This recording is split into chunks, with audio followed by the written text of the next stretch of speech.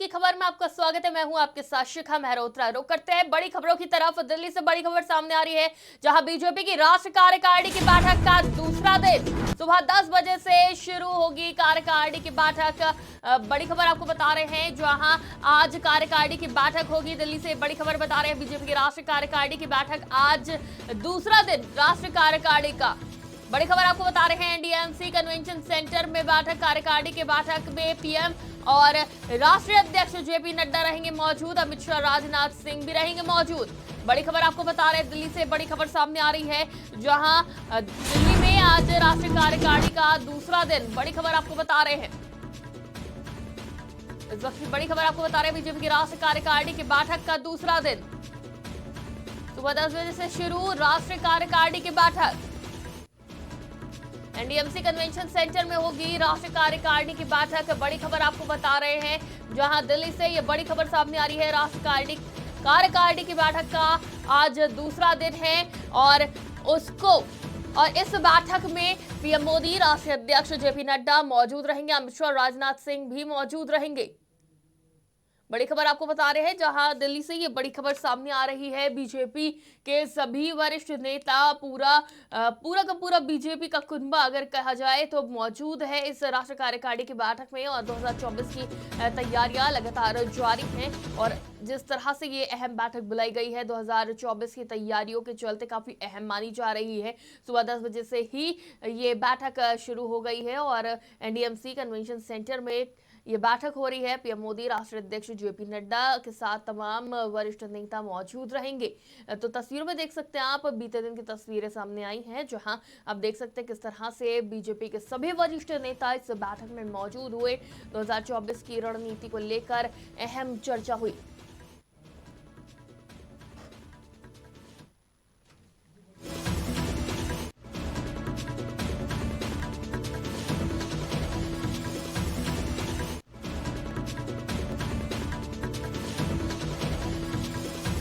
कार्यकारिणी की बैठक का दूसरा दिन आज अहम बैठक होनी है, अहम मुद्दों पर चर्चा होगी। राष्ट्रीय कार्यकारिणी की बैठक होगी एनडीएमसी कन्वेंशन सेंटर में ये बैठक हो रही है और पीएम मोदी, राष्ट्रीय अध्यक्ष जेपी नड्डा, साथ ही साथ अमित शाह, राजनाथ सिंह समेत तमाम बड़े नेता इसमें मौजूद रहेंगे। तस्वीरों में आप देख सकते हैं, बीते दिन की तस्वीरें हैं। रोड शो के बाद प्रधानमंत्री नरेंद्र मोदी ने दीप प्रज्वलित कर इस कार्यकारिणी की बैठक का शुभारंभ किया और 16-17 2 दिन ये बैठक चलनी है। बीते दिन हमने देखा सीएम योगी आदित्यनाथ भी पहुंचे थे इस बैठक में शामिल होने, साथ ही अलग अलग बीजेपी शासित प्रदेशों के मुख्यमंत्री भी पहुंचे। अब देख सकते हैं किस तरह से ढोल नगाड़े बजाकर इस कार्यकारिणी बैठक की शुरुआत करी गई। इस खबर पे हमारे साथ संवाददाता पंकज तिवारी जुड़ चुके हैं। पंकज, आज दूसरा दिन है बीजेपी की राष्ट्रीय कार्यकारिणी की बैठक का, किस तरह से देखते हैं? जी शिखा, बताना चाहूंगा कि 2 दिवसीय राष्ट्रीय कार्यकारिणी की बैठक जो है कि बीजेपी कर रही है इस समय, और एनडीएमसी जो बिल्डिंग है दिल्ली में, वहां पे कन्वेंशन सेंटर में ये आयोजन किया जा रहा है। आपको बता दें कि इसमें बीजेपी शासित 12 राज्यों से मुख्यमंत्री, 5 डिप्टी सीएम के साथ साथ लगभग 36 से 37 केंद्रीय मंत्री हैं और 350 वरिष्ठ कार्यकर्ता है बीजेपी के।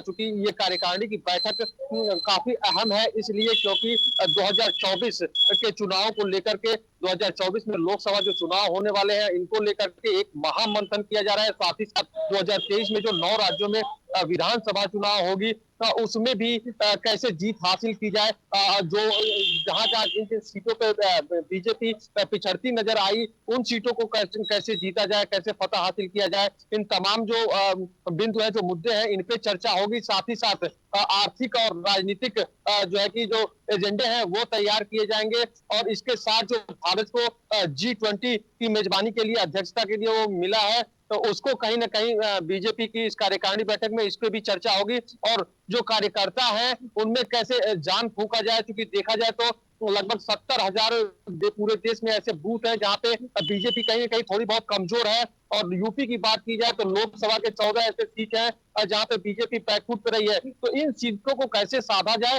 और साथ ही साथ बीजेपी जो 2024 के लिए लोकसभा चुनाव में 350 से पार जाने की बात कर रही है, इसको कैसे चरितार्थ किया जाएगा, इसको लेकर के जो शीर्ष मंत्र है वो कहीं ना कहीं दिया जाएगा।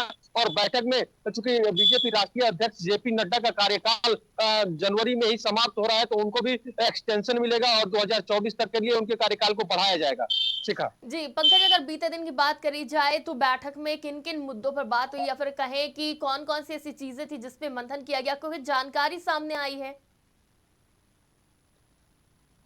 हाँ, बिल्कुल, चूँकि जो आने वाले चुनाव हैं, लोकसभा चुनाव और राज्यसभा चुनाव दोनों पर जो है कि बीजेपी की क्या रणनीति रहेगी और कैसे आगे जाना है और पिछले चुनाव में किन-किन कमियों पे चलते बैकफुट पे रही बीजेपी, उन सीटों पे, इन सारी चीज़ों पे चर्चा हुई है और उसके लिए क्या कुछ किया जाना चाहिए, इस पे सबने अपने और बीजेपी का जो शीर्ष नेतृत्व है, वो एक तरह से शीर्ष जो ऊपर का रोड मैप है, वो बनाने में लगा हुआ है ताकि उस रोड मैप के तहत आने वाले चुनाव में उन सब सीटों को और उन सब राज्यों को साधा जा सके और जीता जा सके।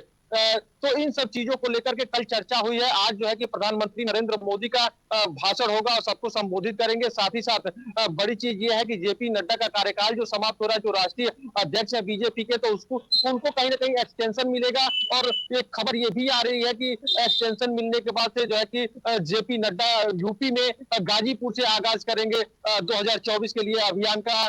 तो 2024 की रणनीति बनाई जा रही है और उसके लिए बीजेपी अपने हर समीकरण को कैसे साधेगी, इन सारी चीजों पे वहां पे मंथन हो रहा है। साथ ही साथ जो राजनीतिक मुद्दे हैं और जो आर्थिक मुद्दे हैं बीजेपी के, इनपे भी जो है कि मंथन चल रहा है वहां पे। जी, पंकज, बीजेपी तो अपनी तैयारियों में दिख रही है लेकिन विपक्ष भी कहीं पीछे नहीं है। विपक्ष भी मजबूती से 2024 की चुनावी तैयारी कर रहा है। कांग्रेस की बात करी जाए तो दूसरी सबसे बड़ी पार्टी है और वो भी भारत जोड़ो यात्रा, अब 26 जनवरी से हाथ जोड़ो यात्रा तो तमाम आयोजन करती नजर आ रही है। कहीं ना कहीं अपना वोट बैंक साधने की कोशिश में है, तो इससे बीजेपी को कितना नुकसान हो सकता है?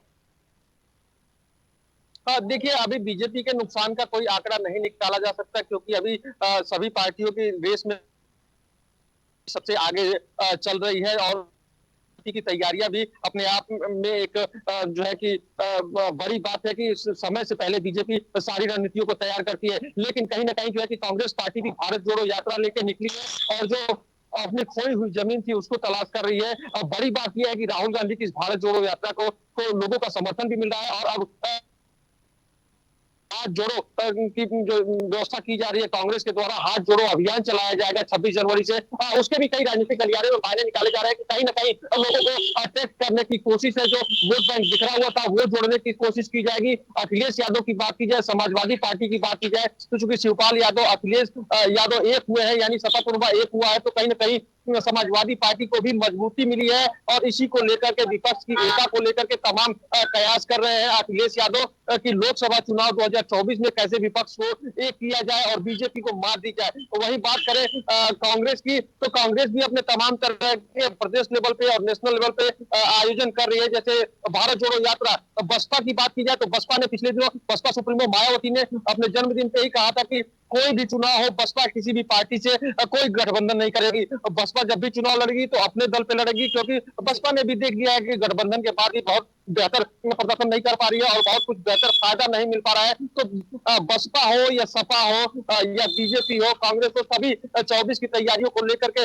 लगी हुई है। लेकिन जो बीजेपी की तैयारी है वो सबसे आगे फिलहाल चल रही है। अब देखने वाली बात होगी कि विपक्ष की एकता कितनी मजबूत होती है और बीजेपी को कितनी बड़ी चुनौती मिल सकती है। ठीक है जी बिल्कुल पंकज, बीजेपी मौजूदा वक्त में सबसे बड़ी पार्टी है और अगर अन्य दलों की बात करें तो सभी मजबूत होते नजर आ रहे हैं, लेकिन बीजेपी के आगे सभी दल कहीं ना कहीं छोटे नजर आ रहे हैं। क्या पूरे विपक्ष को एकजुट होने की जरूरत है? क्योंकि बीच में ऐसा माना जा रहा था कुछ समय पहले कि विपक्ष एकजुट होगा। नीतीश कुमार ने एक पहल करी थी लेकिन कांग्रेस भी इसमें शामिल नहीं हुई, लेकिन ममता बनर्जी जरूर आगे आई थी। लेकिन कहीं ना कहीं विपक्ष में बिखराव है, इसका फायदा बीजेपी को मिलता दिख रहा है। बिल्कुल विपक्ष बार बार एकजुट होने की कोशिश कर रहा है, लेकिन कहीं ना कहीं इसमें अभी कोई कमी है कि विपक्ष में एका नहीं बन पा रही है। क्योंकि अब पिछले दिनों मायावती के बयान को देखा जाए तो मायावती ने कहा था कि बसपा किसी भी पार्टी से किसी भी चुनाव में गठबंधन नहीं करेगी। वही बात करें बिहार की, तो बिहार में नीतीश कुमार की सरकार है और नीतीश कुमार को प्रधानमंत्री के चेहरे के तौर पर प्रेजेंट करने की कोशिश की जा रही थी विपक्ष के द्वारा, लेकिन उन्होंने साफ कर दिया कि मुझे इस तरह का कोई पद नहीं चाहिए और विपक्ष का एका होनी जरूरी है। लेकिन कहीं ना कहीं पार्टियों का जो एक होना, जो विरोधी पार्टियां हैं वो एक नहीं हो पा रही हैं, जिससे बीजेपी के लिए आगे का रास्ता साफ होता दिख रहा है। चूंकि अब एक इसमें जो अमर चैन है, नोबेल पुरस्कार विजेता अमर चैन है, उन्होंने उनका एक स्टेटमेंट आया कि प्रधानमंत्री पद के चेहरे के लिए देश में कई चेहरे मौजूद हैं, और उसके लिए उन्होंने ममता बनर्जी का नाम प्रेजेंट किया। तो कहीं ना कहीं जो है कि एक जो मानसिक दुराव पैदा हो जाता है राजनीति के गलियारे में, इन सब चीजों को लेकर सब अपने आप को पीएम के तौर पर प्रेजेंट करने की कोशिश करने लगते हैं, तो वहां पे कहीं ना कहीं बाधित होती है एकता। अब ये जो मायावती का स्टेटमेंट आया है, जाहिर सी बात है ये जो विपक्ष की एकता है इसको कहीं ना कहीं कमजोर करेगा, और इसका सीधा फायदा विपक्ष अगर जो कमजोर होता है, विपक्षी पार्टियां लामबंद नहीं होती है, तो सीधा सीधा फायदा बीजेपी उठाएगी। जी बिल्कुल, बहुत बहुत शुक्रिया हमारे साथ जुड़ने के लिए, तमाम जानकारी के लिए। इस खबर पे हमारे साथ संवाददाता पंकज तिवारी जुड़े हुए थे। तो अहम बैठक देखने को मिल रही है बीजेपी में। आज राष्ट्रीय कार्यकारिणी का दूसरा दिन है, दूसरी दिन की अहम बैठक है, जिसमें आज प्रधानमंत्री नरेंद्र मोदी बीजेपी के सभी वरिष्ठ नेताओं को संबोधित करेंगे।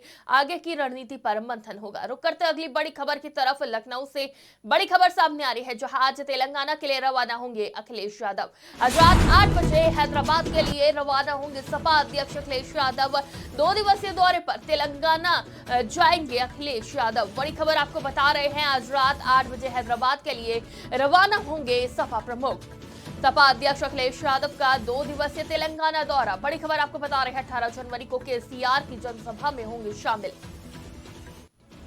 संगम में कांति वेलुगु के दूसरे चरण में शामिल होंगे। बड़ी खबर आपको बता रहे हैं, लखनऊ से ये बड़ी खबर सामने आ रही है, जहां आज तेलंगाना के लिए रवाना होंगे अखिलेश यादव। बड़ी खबर आपको बता रहे हैं, लखनऊ से रात 8 बजे हैदराबाद के लिए रवाना होंगे सपा प्रमुख। सपा अध्यक्ष अखिलेश यादव का 2 दिवसीय तेलंगाना दौरा। 18 जनवरी को केसीआर की जनसभा में होंगे शामिल। बड़ी खबर आपको बता रहे हैं, खम्मम में कांति वेलुगु के दूसरे चरण की करेंगे शुरुआत। तो कार्यक्रम की शुरुआत करने 2 दिवसीय दौरे पर सपा अध्यक्ष जा रहे तेलंगाना। इस खबर पे हमारे साथ संवाददाता पंकज तिवारी जुड़ चुके हैं। पंकज, जिस तरह से 2 दिवसीय दौरे पर तेलंगाना के दौरे पर रहेंगे अखिलेश यादव, किस तरह से देख रहे हैं? क्या ये राजनीतिक दौरा है? जी शिखा, बिल्कुल बताना चाहेंगे कि 2024 की तैयारियों को लेकर के सभी पार्टियां अपने अपने स्तर पे अपनी अपनी जोर आजमाइश कर रही हैं, और इसी के चलते अखिलेश यादव का ये दौरा 2 दिवसीय दौरा होने वाला है। आपको बता दें कि तेलंगाना दौरे पे वो केसीआर से मुलाकात करेंगे, और केसीआर की एक जो जनसभा है उसमें शामिल होंगे 18 जनवरी को, और खम्मम में कांति वेलुगु का जो दूसरे चरण का प्रोग्राम है उसमें शामिल होंगे। तो कहीं ना कहीं विपक्ष को लामबंद करने की, एकजुट करने की ये एक कवायद है, कोशिश है। 2 दिवसीय दौरे पे केसीआर से इनकी मुलाकात होगी, और वहां पे एक रणनीति बनाई जाएगी 2024 में कैसे जो विपक्ष बिखरा हुआ है बीजेपी के सामने, उसको कैसे एक किया जाए, और जो है कि 2024 में बीजेपी को मात देने के लिए क्या कुछ रणनीति बनाई जाए जिससे बीजेपी को कहीं ना कहीं मात दिया जाए। तो ये सब सारी कवायदे जो है तो विपक्ष को एक करने के लिए की जा रही है अखिलेश यादव के द्वारा। और आज रात 8 बजे वो तेलंगाना के लिए जाएंगे, और वहां के क्या इन सब मुद्दों पे चर्चा और बात होगी। जी पंकज, अगर तेलंगाना में बीजेपी के स्टेटस की बात करी जाए तो वहां पे कैसा प्रदर्शन देखने को मिलता है हर बार? देखिए, बताना चाहेंगे कि केसीआर की पार्टी तेलंगाना में मजबूत है, बीजेपी कुछ अच्छा नहीं कर पा रही है। आपको मैंने पहले बताया कि जो 9 राज्य हैं जहां चुनाव होने वाले हैं, विधानसभा के चुनाव होने वाले हैं, उनमें भी कहीं ना कहीं बीजेपी अपनी रणनीतिक मुद्दों पे चर्चा कर रही है। जो आज बीजेपी राष्ट्रीय कार्यकारिणी की बैठक दिल्ली में हो रही है, तो बीजेपी के पक्ष जो है कि 9 राज्यों के साथ साथ जो लोकसभा में जिन सीटों पे कमजोर हुए हैं उनको लेकर रणनीति तैयार की जा रही है। जाहिर सी बात है कि केसीआर की पार्टी वहां बेहतर प्रदर्शन की है, और केसीआर वहां के मुख्यमंत्री हैं, तो रहा है कि बीजेपी को कैसे मार दिया जाए और जो विपक्ष है उसको कैसे एकत्र किया जाए, क्योंकि बिना लामबंद हुए बीजेपी को मात देना इतना आसान नहीं होगा। तो इन सब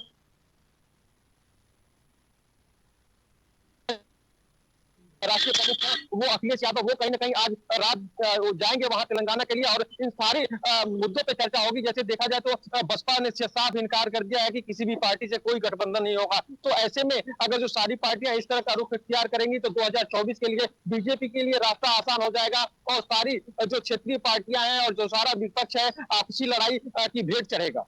जी, यूपी में तो किसी से भी गठबंधन नहीं करना चाहते अखिलेश। हालाँकि उन्होंने ये कहा था कि छोटे दलों से करेंगे, बड़े दलों से नहीं करेंगे।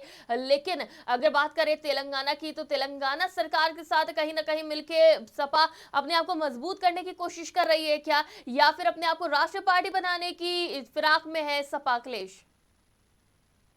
जी, बिल्कुल बताना चाहूँगा कि देखिए जो नेशनल लेवल पे है, जो विपक्ष को एक करने की बात जहाँ तक चल रही है, केसीआर काफ़ी दिनों से प्रयास में लगे हैं और जी। पिछले चुनाव से लोकसभा चुनाव में भी ये देखने को मिला था। चूँकि केसीआर सारी पार्टियों को एकत्र करने की कवायद तेज़ की है और इसी सिलसिले में वो यहाँ यूपी भी आए थे और बाकी स्टेटों के दौरे पर भी वो विपक्ष के नेताओं के साथ मुलाकात करते हैं। तो कहीं न कहीं उस कोर टीम में एंट्री लेने के लिए समाजवादी पार्टी के जो मुखिया अखिलेश यादव हैं, वो पहुंचे हुए हैं और अपना प्रेजेंटेशन वहां दर्ज कराएंगे। साथ ही साथ अखिलेश यादव और सपा के पास क्या कुछ रणनीति है कि यूपी में 2024 में कैसे मात दी जाएगी बीजेपी को लोकसभा चुनाव में, पे भी वो डिस्कशन करेंगे। चूंकि विपक्ष का एक होना इस समय जरूरी हो गया है बीजेपी को परास्त करने के लिए। नहीं तो अगर जो विपक्ष एक नहीं होगा तो बीजेपी का कमल जो है लगातार खिलता जाएगा और जो बीजेपी के इस वक्त की रणनीति जो बन रही है उसको देख के यह अनुमान लगाया जा सकता है कि बीजेपी कहीं से भी पीछे हटने वाली नहीं है और बढ़ने की कवायद अपनी तेज की हुई है। तो ये ओवरऑल देखा जाए तो जी। केसीआर के साथ अखिलेश यादव की जो मीटिंग काफी अहम है कि 2024 में कैसे विपक्ष को पहले लामबंद किया जाए, कैसे पहले एक किया जाए बीजेपी के खिलाफ।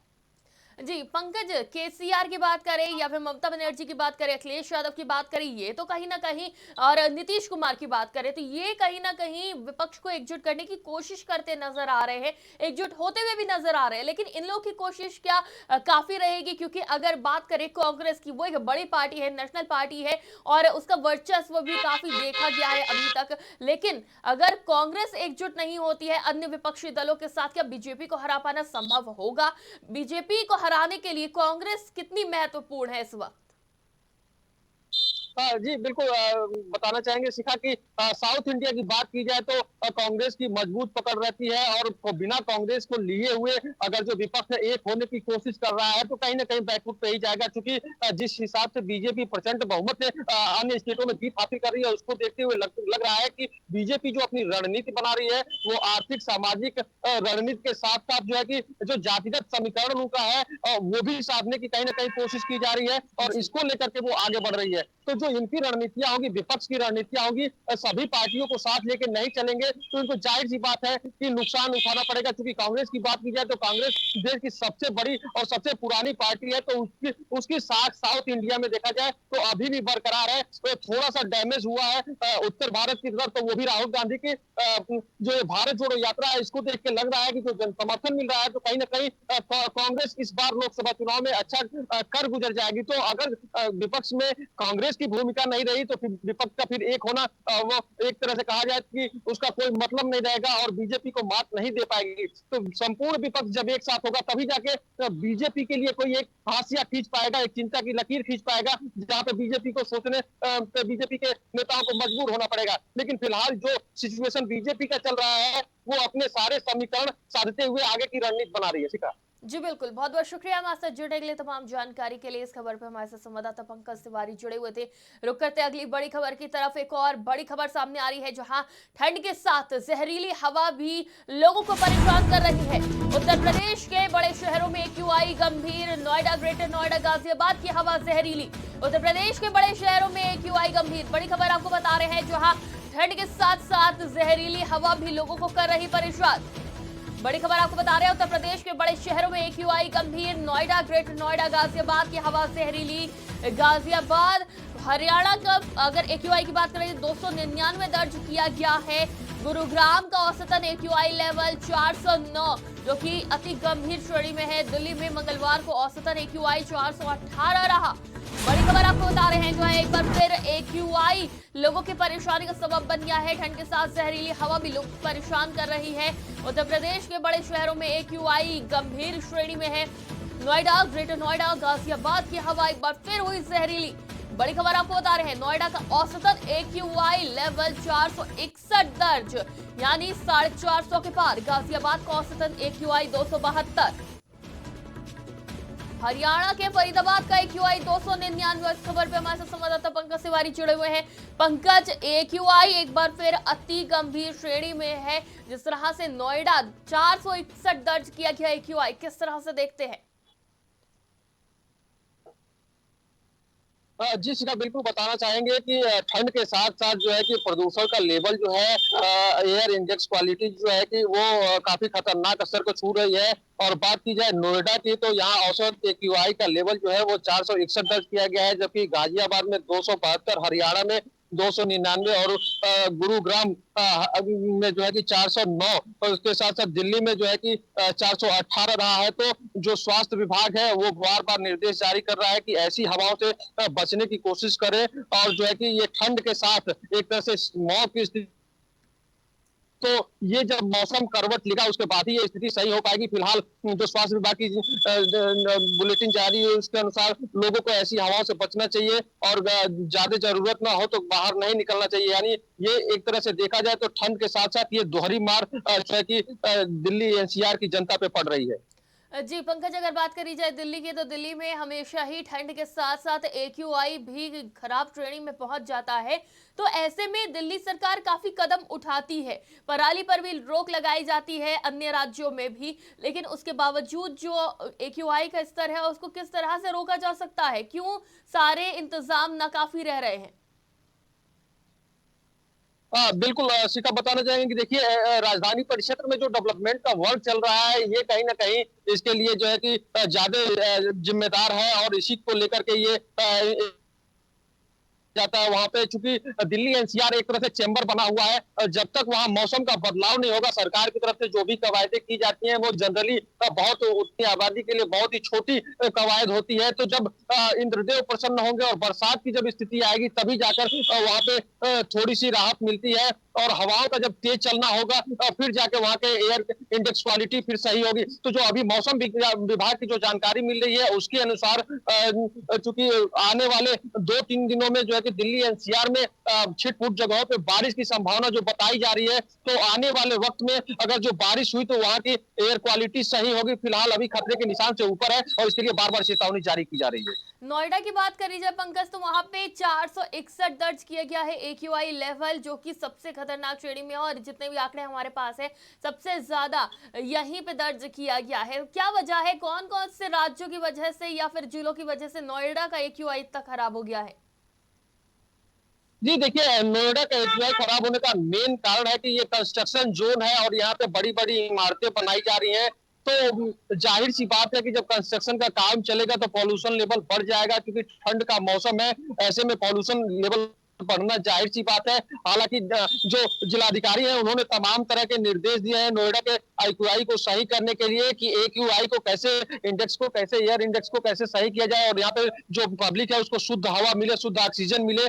तो इन सब चीजों को लेकर जो वैज्ञानिक तरीके हैं वो अपनाए जा रहे हैं। और जो है जो कंस्ट्रक्शन जोन है वहां पे भी निर्देश दिया गया है कि कोई भी काम हो रहा है तो वहां सबसे पहले पानी का छिड़काव हो, जो धूल और जो डस्ट उड़ रहा है उसको कंट्रोल करने की कोशिश की जाए। तो तमाम कवायदे चल रही हैं, लेकिन अगर इस बीच जो मौसम विभाग के जो चेतावनी आ रही है, बारिश हो जाती है तो कहीं ना कहीं नोएडा के लोगों को काफी फायदा होगा और अच्छी एयर क्वालिटी उनको मिलेगी। जी बिल्कुल, बहुत बहुत शुक्रिया हमारे साथ जुड़ने के लिए, तमाम जानकारी के लिए। इस खबर पर हमारे संवाददाता पंकज तिवारी जुड़े हुए थे। तो AQI की बात करी जाए तो नोएडा में 461 सबसे ज्यादा दर्ज किया गया है, गाजियाबाद 272, हरियाणा के फरीदाबाद में AQI 299 दर्ज किया गया है, और लगातार ये खराब श्रेणी में पहुंचा हुआ है। रुक करते एक और बड़ी खबर की तरफ, लखनऊ से बड़ी खबर सामने आ रही है, जहां सूबे में जल्द शुरू होंगे 5 जिलों में आयुष अस्पताल।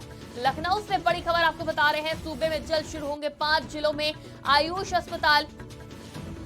आयुर्वेद, यूनानी, होम्योपैथिक का मिलेगा अब इलाज। बड़ी खबर आपको बता रहे हैं, 50 बेड के इन अस्पतालों में मरीज भी होंगे भर्ती। लखनऊ से ये बड़ी खबर है, जहां पे सूबे में जल्द 5 आयुष अस्पतालों की सुविधा मिलने जा रही है। और इस खबर पे हमारे साथ संवाददाता अबू तलहा जुड़ चुके हैं। इस खबर पे तलहा, जिस तरह से जल्द ही सूबे में 5 जिलों में आयुष अस्पताल की सुविधा मिलेगी, आयुर्वेद, यूनानी, होम्योपैथिक की सुविधा मिलेगी, इलाज मिलेगा, किस तरह से देखते हैं? देखिए शिखा, बिल्कुल अगर आपको बता दें तो स्वास्थ्य विभाग का एक ये बड़ा फैसला है, जहां पर 5 जिलों में आयुष अस्पताल खुलवाए जाएंगे। साथ साथ देखिए जो तमाम लोग आयुर्वेदिक और होम्योपैथिक दवाइयों से अपना इलाज करते थे, उनके लिए काफी बेहतर होगा। और लखनऊ के साथ बता दें 5 जिलों में ये अस्पताल शुरू हो चुके हैं, और अब रायबरेली, जालौन, बागपत जैसे जिलों में भी आयुष अस्पताल खोला जाएगा। तो देखिए स्वास्थ्य विभाग का एक बड़ा निर्णय है, और इससे कहीं ना कहीं लोगों को जरूर राहत मिलेगा। और देखिए अहम बात ये बता दें कि इन तमाम अस्पतालों में 50 बेड भी रखे गए हैं, और कहीं ना कहीं देखिए जो गंभीर पेशेंट होंगे वो भी इन अस्पतालों में एडमिट हो सकेंगे। जी शिखा। जी बिल्कुल, बहुत बहुत शुक्रिया हमारे साथ जुड़ने के लिए, तमाम जानकारी के लिए। इस खबर पर हमारे साथ संवाददाता अबू तला जुड़े हुए थे। तो ये बड़ी खबर सामने आ रही है, जहां सूबे में जल्द शुरू होंगे जिलों में 5 आयुष अस्पताल, यूनानी होम्योपैथिक का अब इलाज मिलेगा। 50 बेड के इन अस्पतालों में मरीज भी भर्ती होंगे। हेल्थ वेलनेस सेंटर परियोजना के तहत 24 अस्पताल मंजूर किए गए हैं। लखनऊ समेत 5 जिलों में अस्पताल शुरू हो चुके हैं। साथ ही रायबरेली, जालौन, बागपत में भी अस्पताल शुरू करने की तैयारी है। रुक करते अगली बड़ी खबर की तरफ। लखनऊ से एक और बड़ी खबर सामने आ रही है। इन्वेस्टर समिट के लिए स्वास्थ्य विभाग ने पूरी की तैयारी। राजधानी में 2100 करोड़ से बेहतर होगी स्वास्थ्य सुविधाएं। निजी चिकित्सालय संस्थानों ने इन्वेस्टर समिट में निवेश की भरी है हामी। बड़ी खबर आपको बता रहे हैं, कैंसर समेत अन्य असाध्य बीमारियों के लिए इलाज के लिए खुलेंगे नए सेंटर। स्वास्थ्य विभाग ने निजी क्षेत्रों के अस्पतालों की मांगी जानकारी। करीब 20 अस्पतालों से निवेश के बारे में मांगी गई जानकारी। बड़ी खबर आपको बता रहे हैं, और इस खबर पे हमारे साथ संवाददाता अबू तला जुड़ चुके हैं। तलहा, इन्वेस्टर समिट के लिए स्वास्थ्य विभाग ने तैयारी पूरी कर ली है। राजधानी में 2100 करोड़ से बेहतर होंगी अब स्वास्थ्य सुविधाएं, क्या कुछ जानकारी है?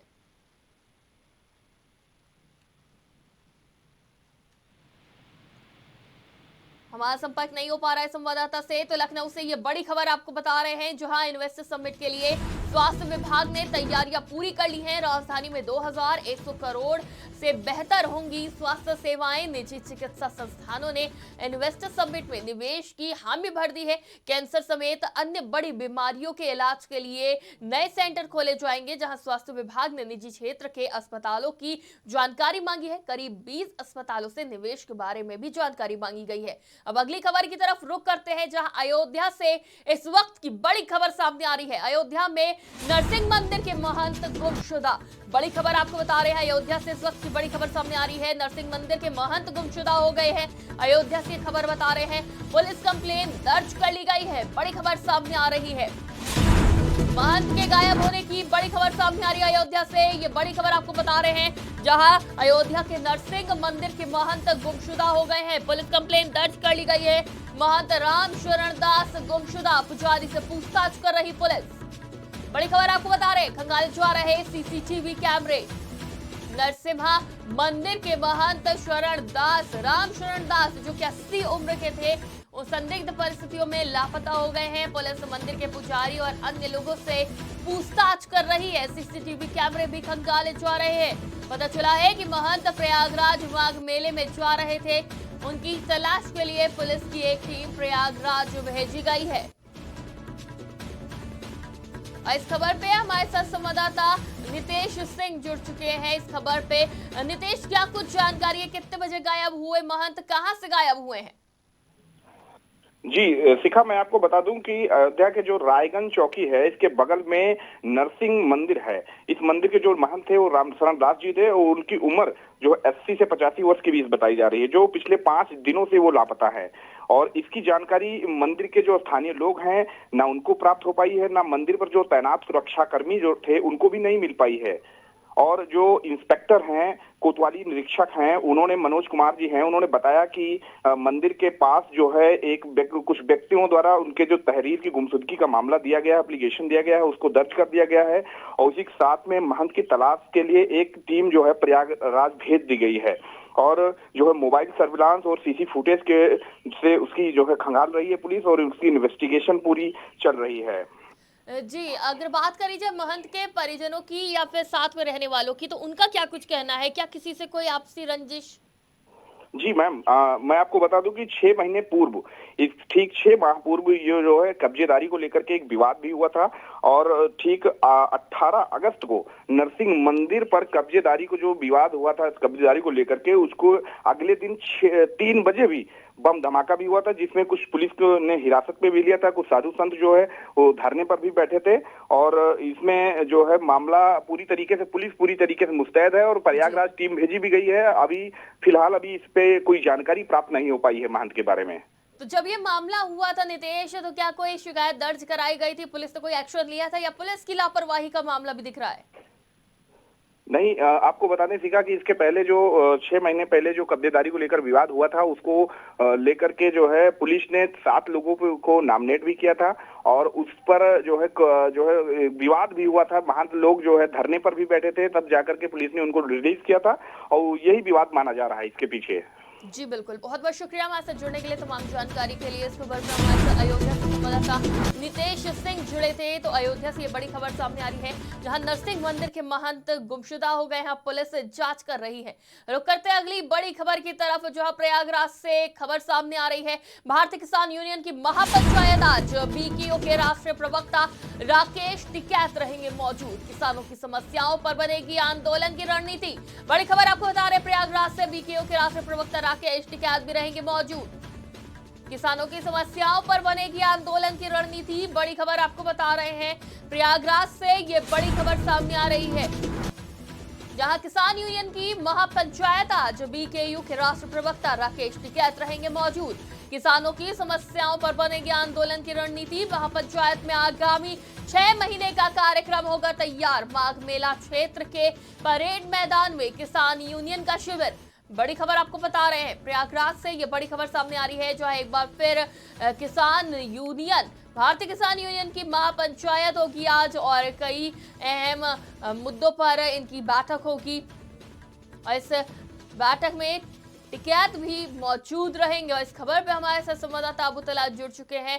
तलहा, प्रयागराज से जो ये खबर सामने आ रही है कि किसान यूनियन की महापंचायत होगी, आखिर किस मुद्दे को लेकर ये महापंचायत बुलाई गई है? कौन कौन से मुद्दे इस महापंचायत में उठाए जा सकते हैं?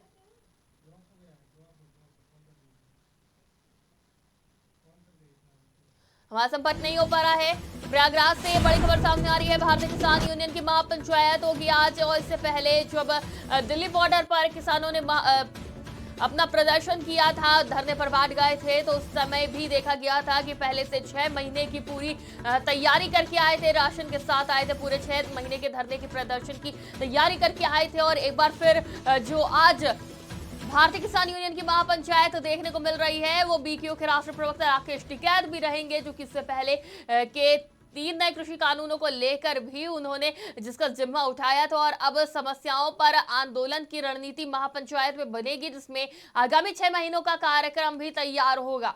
इस खबर पे हमारे साथ संवाददाता अबू तलहा जुड़ चुके। इस खबर पे तलहा, अगर बात करी जाए किसानों के आज के महापंचायत की, तो भारतीय किसान यूनियन जिस तरह से आज महापंचायत करने जा रहा है, आखिर किस मुद्दे को लेकर ये महापंचायत बुलाई गई है? और 6 महीने के कार्यक्रम की तैयारी जो बताई जा रही है, आखिर क्या कुछ जानकारी इससे संबंधित?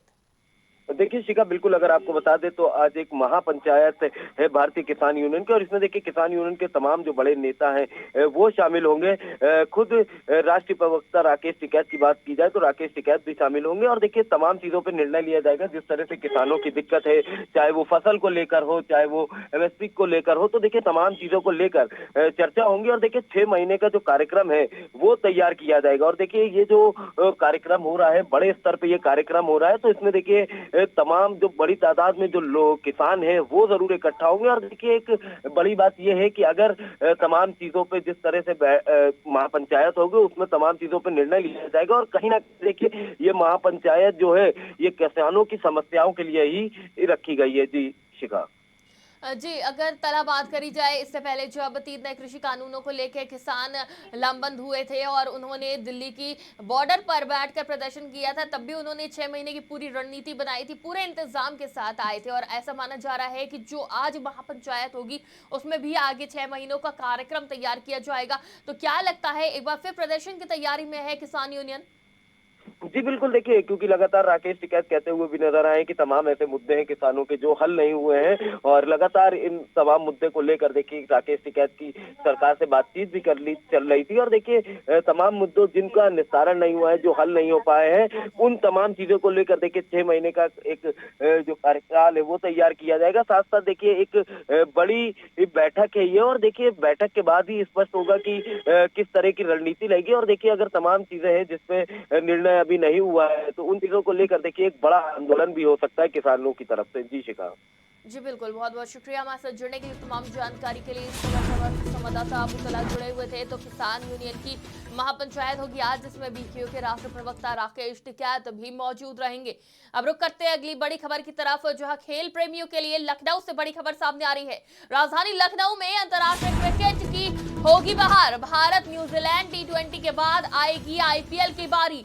बड़ी खबर आपको बता रहे हैं, जहां खेल प्रेमियों के लिए लखनऊ से बड़ी खबर सामने आ रही है। भारत न्यूजीलैंड T20 के बाद IPL भी होगा लखनऊ में, कान्हा स्टेडियम में होंगे मार्च में IPL के मुकाबले। लखनऊ से ये बड़ी खबर आपको बता रहे हैं, जहां लखनऊ में IPL मैच भी होंगे। बड़ी खबर आपको बता रहे हैं, जहां खेल प्रेमियों के लिए लखनऊ से ये बड़ी खबर सामने आई है। खबर राजधानी लखनऊ से है, जहां अंतर्राष्ट्रीय क्रिकेट की होगी बहार। भारत न्यूजीलैंड T20 के बाद आएगी IPL की बारी। कान्हा स्टेडियम में होंगे मार्च में मैच। मार्च में होने वाले IPL के मुकाबले फरवरी अंत तक IPL के खिलाड़ी लखनऊ में मिलेंगे। बड़ी खबर आपको बता रहे हैं, जहां फरवरी अंत तक लखनऊ सुपर जॉयंट्स के खिलाड़ी शहर में जमाएंगे डेरा। अक्टूबर और नवंबर में भारत के प्रस्तावित वनडे विश्व कप के 2 से 3 मुकाबले भी लखनऊ में हो सकते हैं। तो बड़ी खबर आपको बता रहे हैं, और इस खबर पे हमारे साथ संवाददाता पंकज तिवारी जुड़ चुके हैं। पंकज, खेल प्रेमियों के लिए ये बड़ी खबर है, लखनऊ में अब कई बड़े मुकाबले होने वाले, जिसमें से IPL भी एक है। किस तरह से देखते हैं? जिसका बिल्कुल बताना चाहेंगे कि लखनऊ के इकाना स्टेडियम में अंतर्राष्ट्रीय क्रिकेट की अब एक तरह से बहार आ गई है। और बता दें कि भारत न्यूजीलैंड के T20 के बाद जो है कि IPL की शुरुआत होगी मार्च में। और इसके लिए जो है IPL के जो खिलाड़ी हैं, सुपर जॉयंट्स के जो खिलाड़ी हैं, ये जो है कि लखनऊ में फरवरी में डेरा डाल देंगे। तो एक तरह से देखा जाए तो जो खेल प्रेमी हैं, विशेष करके क्रिकेट प्रेमी हैं, उनके लिए ये एक अच्छी खबर है कि राजधानी लखनऊ में एक तरह से जो है IPL मैचों का मुकाबला देखने को मिलेगा, इसका लुत्फ उठाने का मजा मिलेगा। और आपको एक और चीज बताना चाहेंगे कि अक्टूबर और नवंबर में भारत में जो प्रस्तावित वनडे विश्व कप है, बताया जा रहा है, जो सूत्रों से जो जानकारी मिली है, 2 से 3 मुकाबले लखनऊ के इकाना स्टेडियम में खेले जा सकते हैं। तो ये भी एक अच्छी खबर है राजधानी के क्रिकेट प्रेमियों के लिए, और सूबे में जितने क्रिकेट प्रेमी हैं उनके लिए। तो साथ ही साथ जो देश के बाहर के लोग हैं वो भी आएंगे राजधानी में और इकाना स्टेडियम में इन अंतर्राष्ट्रीय।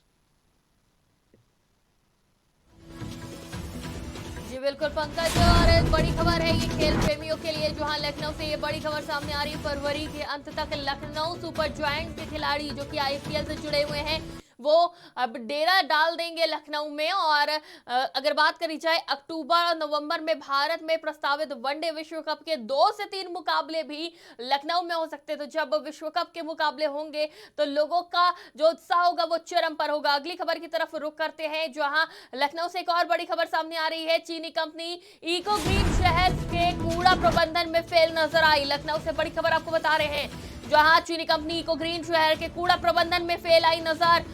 नगर निगम ने चीनी कंपनी का अनुबंध किया निरस्त। बड़ी खबर आपको बता रहे हैं, नगर आयुक्त ने प्रमुख सचिव नगर विकास को भेजी है रिपोर्ट। लखनऊ से यह बड़ी खबर सामने आ रही है। चीनी कंपनी इको ग्रीन शहर के कूड़ा प्रबंधन में फेल नजर आई। नगर निगम ने चीनी कंपनी इको ग्रीन का अनुबंध किया निरस्त। नगर आयुक्त ने प्रमुख सचिव नगर विकास को भेजी रिपोर्ट। कंपनी के काम में लापरवाही की भेजी है रिपोर्ट। इको ग्रीन कंपनी ने शहर की सफाई व्यवस्था को किया चौपट। कंपनी की लापरवाही से करीब 25 लाख मैट्रिक टन कूड़ा हुआ जमा। डोर टू डोर कूड़ा कलेक्शन में भी कंपनी ने किया फर्जीवाड़ा। मंडलायुक्त रोशन जैकब ने भी कंपनी को लगाई फटकार। नगर निगम स्वच्छता रेटिंग में LMC 5 पायदान नीचे खिसक गया, यानी कि जो स्वच्छता के नंबर में पहले ऊपर हुआ करता था 5 पायदान, वो नीचे आ गया है। तो बड़ी खबर आपको बता रहे हैं। अब रुक करते हैं अगली बड़ी खबर की तरफ, जो लखनऊ से एक और बड़ी खबर सामने आ रही है। 3 दिन बाद खत्म हो जाएगा महापौर का कार्यकाल, 3 दिन बाद पार्षद का भी खत्म हो जाएगा कार्यकाल। डीएम की अध्यक्षता वाली कमेटी देखेंगी कामकाज। बड़ी खबर आपको बता रहे हैं, जहां 3 दिन बाद पार्षद का भी कार्यकाल खत्म हो जाएगा। डीएम की अध्यक्षता वाली कमेटी देखेगी कामकाज। बड़ी खबर आपको बता रहे हैं, लखनऊ से ये बड़ी खबर सामने आ रही है। 3 दिन बाद महापौर और पार्षद का कार्यकाल खत्म हो जाएगा। डीएम की अध्यक्षता वाली कमेटी कामकाज को देखेगी। 3 सदस्य कमेटी नगर निगम का देखरेख करेगी, इसके काम की देखरेख करेगी। आपको बता दें कि 3 सदस्य कमेटी नगर निगम के कामकाज को देखेगी। प्रमुख सचिव नगर विकास की ओर से आदेश जारी कर नगर आयुक्त अकेले प्रशासन के तौर पर नहीं कर सकेंगे काम। इस खबर पर हमारे संवाददाता पंकज तिवारी जुड़ चुके हैं। पंकज, 3 दिन बाद पार्षद का कार्यकाल खत्म हो जाएगा। डीएम की अध्यक्षता वाली कमेटी कामकाज देखेगी। किस तरह से देखते हैं इसे? क्या जल्द से जल्द चुनाव कराना जरूरी है, या फिर जिस तरह से आरक्षण के बाद देखने को मिल रही है चुनाव भी टलते जाएंगे? जी शिखा, बिल्कुल बताना चाहेंगे कि 19 जनवरी को जो है कि पार्षदों का और महापौरों का कार्यकाल जो है कि वो खत्म हो जाएगा, और इसके बाद से एक बड़ी समस्या होगी नगर निगम के डेवलपमेंट को लेकर के। इसकी तरफ से, सरकार की तरफ से व्यवस्था की गई है कि डीएम के नेतृत्व में 3 सदस्यीय कमेटी होगी, और महापौर का जो काम है और नगर निगम का जो विकास का काम को देखा जाएगा। जहां जहां जो है कि आयुक्त है, उन जगहों पे आयुक्त को जिम्मेदारी सौंपी जाएगी इन सब चीजों को देखने के लिए।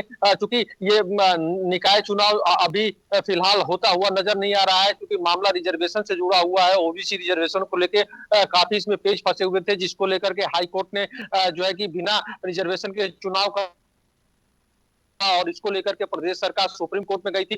सुप्रीम कोर्ट की तरफ से सीधे सीधे जो है कि प्रदेश सरकार को तत्काल चुनाव कराने से राहत दी गई, क्योंकि सरकार ने भी बताया कि ओबीसी रिजर्वेशन देने के लिए ओबीसी आयोग का गठन किया गया है, और जो कमेटी है वो कमेटी जो है कि 3 महीने रिपोर्ट, उसके बाद से जो ट्रिपल टेस्ट वाली जो प्रक्रिया होती है उसको अपना करके, और जिन जिन निगमों में और जहां जहां रिजर्वेशन की जो व्यवस्था लागू होगी नियमानुसार, जो माननीय सुप्रीम कोर्ट का आदेश है उसके अनुसार, उस हिसाब से रिजर्वेशन दिया जाएगा ओबीसी वर्ग को। उसके बाद ही पार्षद का चुनाव कराया जाएगा। तो नगर निगम और नगर पंचायत के जो चुनाव है, निकाय चुनाव, ये कहीं ना कहीं टलते हुए नजर आ रहे हैं। तो ऐसी में स्थिति बनी हुई है कि जिन पार्षदों का और महापौर का जो पद अब रिक्त होगा 19 तारीख के बाद, वहां कैसे काम चलेगा, तो इसको लेकर के हर जिले में डीएम के कमेटी बनाई जाएगी, देख रेख होगा, और जो विकास के कार्य हैं वो होते रहेंगे। हालांकि कोई बड़ा निर्णय नहीं उनके द्वारा लिया जा सकता है। वो जब वहां पे जो पदाधिकारी हैं, तो चुनाव के बाद जो पदासीन होंगे तभी वो निर्णय ले सकते हैं। फिलहाल की देख रेख के लिए